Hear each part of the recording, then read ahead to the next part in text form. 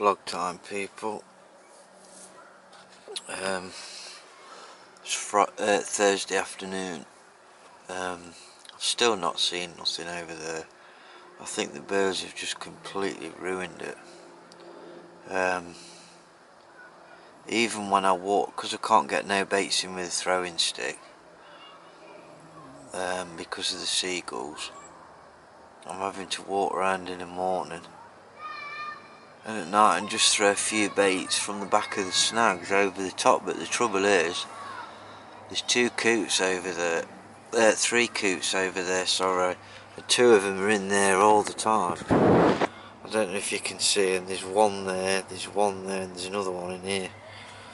But they're constantly diving. They're never out of the water over there. Any bait I put in and they're just diving all over it all day. And it's been the same ever since I've been here. So I'm in a loose situation there where the bait's concerned. But it shows me one thing, that I'm right about there's been no carp over there, because if there's any carp over there they would have wiped that bait out.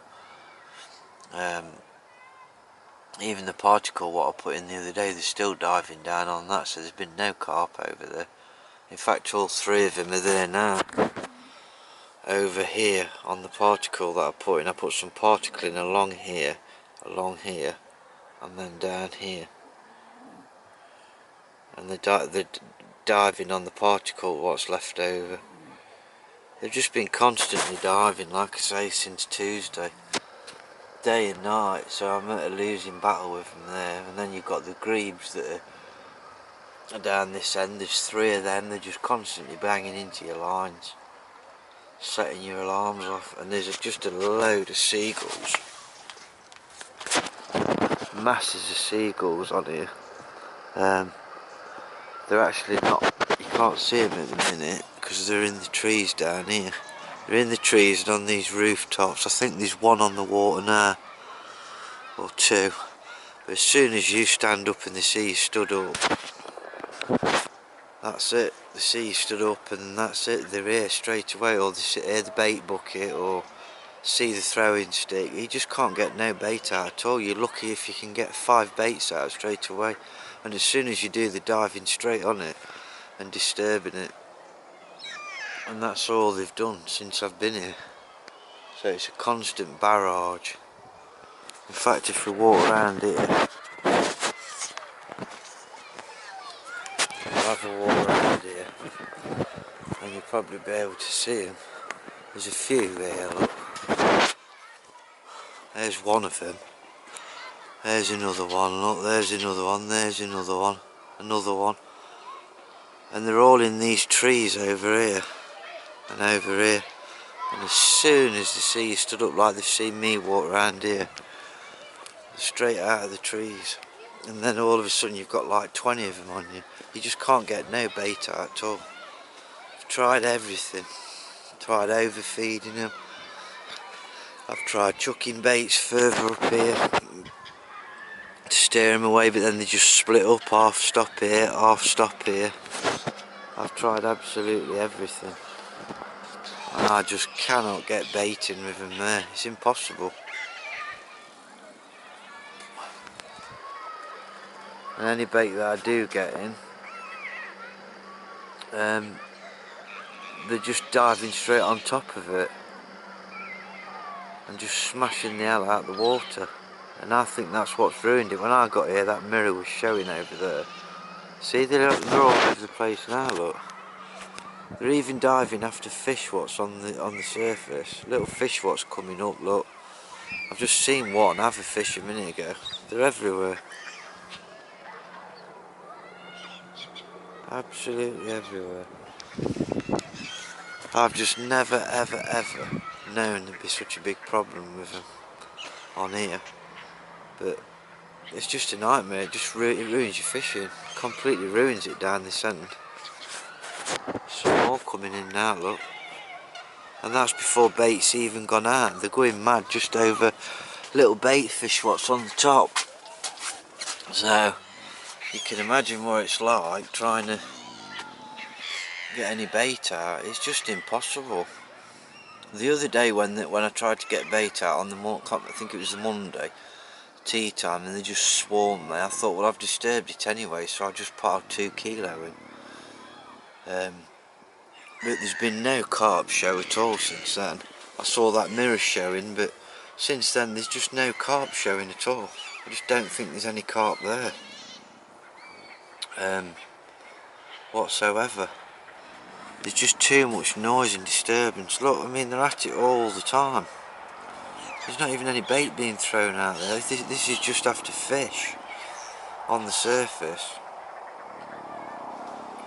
You know, look, as soon as one of them's got one, that's it, they're all flying about everywhere. They're just causing a massive disturbance all the way through the day. They're a fucking nightmare. They are. They want shooting. That's what they want. They've got that accustomed now to carp anglers with throwing sticks. It's just unbelievable. It's like you don't even have to put any bait out. As soon as you stand up or get the stick out or they hear the bait tub go, they're on it straight away.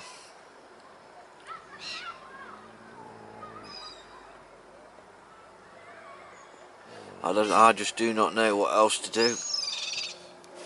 I've tried baiting up in the dark, but the trouble is if I bait up in the dark, the coots are settled over there, and then they're diving on the baits at night and disturbing my rigs, and I'm having to reel in and cast out again, so I'm in a no-win situation. It's just impossible for me to do anything else, so I'm going to fish tonight and I'm going to go home tomorrow, because all I'm doing by putting bait in is feeding the birds. There's no carp over there. It's just too unsettled for the carp to be there. It's a bloody nightmare. The only way I think possibly I could bait over there without disturbing it. But then again I can't, it's still going to disturb it, is by using a small spom and baiting just some little areas. But it don't really work on here. A spread of boilies works best on here out of anything. It does. I've tried every other way, tactic. It's a waste of time fishing bags because it's that difficult to cast in where I am anyway, to get over to where my rig's to where I want to be, because I've got no room behind me to cast because of the edging all overgrown. Putting a bag on is not the one, because the chances are 9 times out of 10 you can't get your cast right every single time, so you've got to, sometimes I'm having to cast twice or 3 times, and that's not helping the situation. It's not helping the situation at all. A set of 9-foot rods would have been ideal. A set of 9-foot rods I would have been able to bam them out there. No disturbance at all.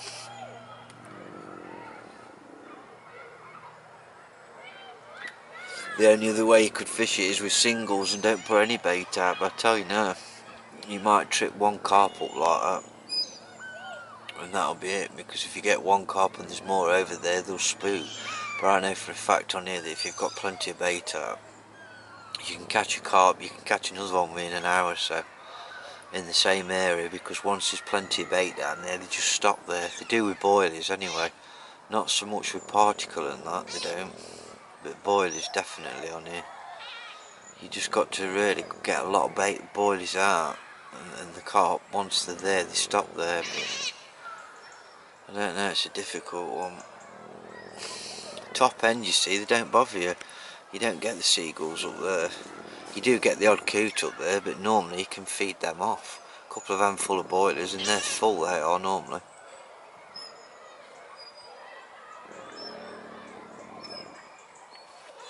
So yeah, a bit of a dilemma really when you fish this end. A bit of a nightmare. The only other way round it would be to absolutely fill it in over there with particle and boilers. If you absolutely filled it in with particle and boilers, then by going round there and throwing it in from the back of the snags, yeah, you'd get the coots diving on it, but they'd be full up, wouldn't they? And then you just have to sit on the bait and hope that the carp turn up. But I don't really like doing that, to be honest with you. I like to fish boilie fish properly and get the right amount out that I need for the carp what I think's there or about, and then add to it. or don't add to it. Do you get what I mean? But there's no I can do about it. They're just absolutely everywhere, look. I don't know what they're picking up off the top now, but they're just going crazy again, look. And that's just so many of them. There's a lot more of them than that. They're just making the fishing really difficult. So yeah, I'm going to have tonight, and then that's it. I'm going to pack up tomorrow. Even if I have a fish tonight, I think I'm still going to pack up because there's a load of rain due in. So Alan was saying, one of the fishermen, there's a load of rain due in on Saturday. And I don't want to be packing up in the wet. So I'll get packed up tomorrow. And then get back, get all my gear cleaned, and then decide where I'm going to go next. I think I might have a couple of days on the river for a change. Do a bit of barbel fishing at night and a bit of bream fishing in the day. Because this session's wound me up a little bit. It has with these birds. They've just knackered me fishing up. And I ain't piling any more bait in because it's a waste of money, so I've got quite a lot of bait left over. I've got about 6 kilo of bait left over. So, but I'm going to sign off for now anyway, people. If I get a fish, obviously, I'll be back on, but if not, I'll just give you an update tomorrow morning, tomorrow dinner time before I go.